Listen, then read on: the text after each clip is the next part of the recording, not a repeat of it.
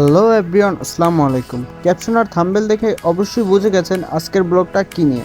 হ্যাঁ, আপনাদের সবার প্রিয় সাতলা বিল নিয়ে। এখন নিশ্চয়ই ভাবছেন আমি রান্না করছি কেন। আসলে সবাই জানেন সাতলা যেতে হলে খুব সকাল সকাল যেতে হয়। তাই আসলে আমরা সবাই আজকে একটি বন্ধুর বাসায় রাতে ছিলাম। তাই বন্ধুর বাসায় বন্ধু একটি ছোটোখাটো পার্টির আয়োজন করে।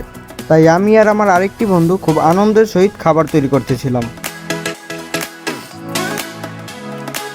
এইখানে আমার আর দুটি বন্ধু কে চিকেনের বড় পিস খাবে তা নিয়ে লড়াই শুরু করে দেয়।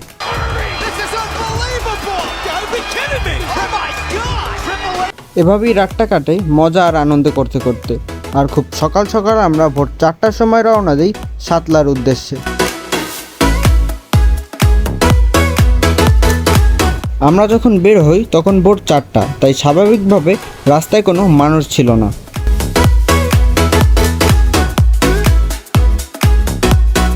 যেহেতু সাতলা বিল বরিশাল সদর থেকে 60 কিলোমিটার দূরে, তাই আমরা গাড়িতে পর্যাপ্ত পরিমাণে তেল ভরে নেই।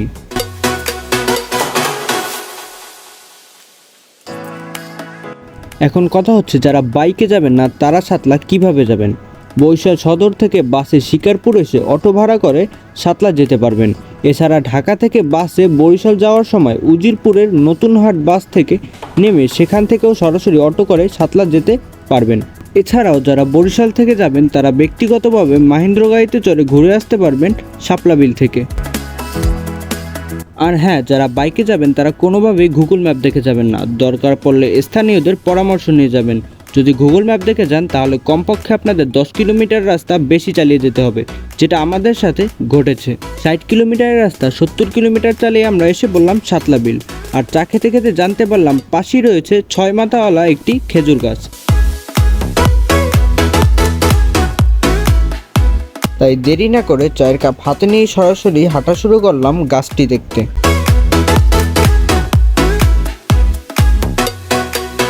খেজুর গাছটি শাপলা বিলের ঠিক পাশের মেইন রাস্তাটার ডান সাইডে অবস্থিত। স্থানীয়দের মতে গাছটিতে আগে 22টি মাথা ছিল, যার বর্তমানে 6টি মাথা রয়েছে।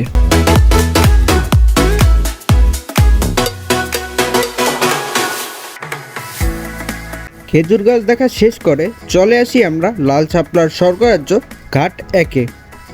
এই ঘাটে মাত্র 2টি ছাউনিওয়ালা নৌকা ছিল। যেহেতু আবহাওয়া মেঘলা আর ছোট ছোট বৃষ্টির ফোঁটা পড়ছিল, তাই আমরা ছাউনিওয়ালা নৌকা নেবারই সিদ্ধান্ত নেই।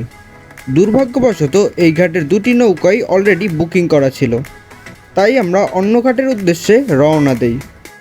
তারপর আমরা চলে আসি আরেকটি ঘাটে। এই ঘাটে অনেক নৌকা থাকলেও ছাউনিওয়ালা নৌকা ছিল মাত্র একটি, যাও অলরেডি বুকিং হয়ে গিয়েছিল। ঘাটের লোকেরা আমাদের অন্য নৌকাগুলো নেওয়ার জন্য অনেক অনুরোধ করে, কিন্তু আবহাওয়া খারাপ থাকার কারণে আমরা স্পষ্ট তাদের জানিয়ে দিই আমরা ছাউনিওয়ালা নৌকা নেব।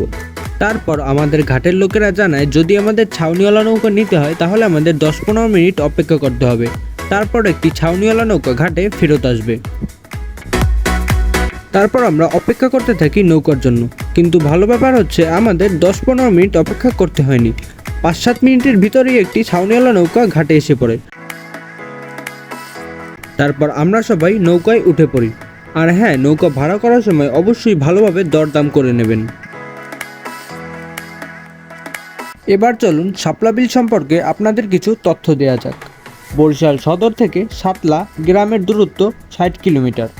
বরিশাল উজিরপুর উপজেলা সাতলা গ্রামের বিলগুলো স্থানীয়দের কাছে শাপলার বিল নামে পরিচিত।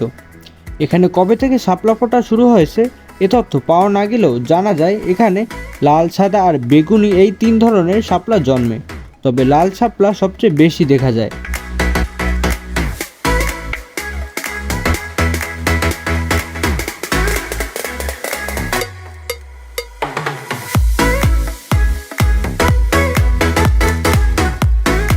এইখানে আরেকটি গ্রুপের ভাইয়েরা অতি উৎসাহিত হয়ে ছবি তোলার জন্য পানিতেই নেমে যায়, তবে তাকে দেখে মনে হলো এখানে পানি খুব একটা বেশি না।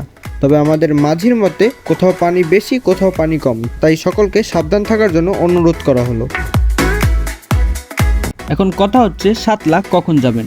সাধারণত আগস্ট থেকে অক্টোবর পর্যন্ত এই 3 মাস এখানে শাপলা ফোটে। বছরের এই মাসগুলোতে শাপলা গ্রাম সাতলা গেলে হাজারো শাপলা ফুল দেখতে পাবেন। আর শাপলা দেখতে হলে অবশ্যই খুব সকাল সকাল যেতে হবে, কারণ বেলা গড়ানোর সাথে সাথে শাপলা ফুল বুঝে যায় কিংবা শাপলা ফুল ব্যবসায়ীরা ফুল বাজারে বিক্রি করতে নিয়ে যায়।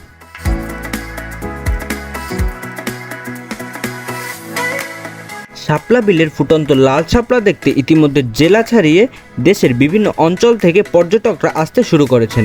শীঘ্রই এটি দেশের অন্যতম একটি পর্যটন কেন্দ্র হতে পারে বলে স্থানীয়দের ধারণা।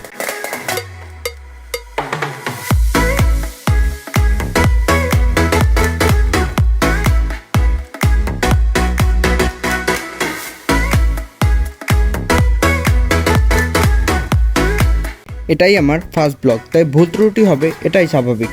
সকলকে ক্ষমা সুন্দর দৃষ্টিতে দেখার জন্য অনুরোধ করছি। মাত্র 2 ঘন্টায় শাপলা বিল ঘোরা শেষ করে আমরা রওনা দিই বরিশালের উদ্দেশ্যে। আজকের এই ব্লগটা এই পর্যন্তই। সকলকে সম্পূর্ণ ভিডিও দেখার জন্য ধন্যবাদ। আবার আসবো নতুন কোনো ভিডিও নিয়ে, তাই সবার আগে ভিডিওটি দেখতে হলে যারা ফেসবুক থেকে দেখছেন আইডিটি ফলো করে দিন, আর যারা ইউটিউব থেকে দেখছেন তারা চ্যানেলটি সাবস্ক্রাইব করে বেল আইকনে ক্লিক করে অলে দিয়ে দিন।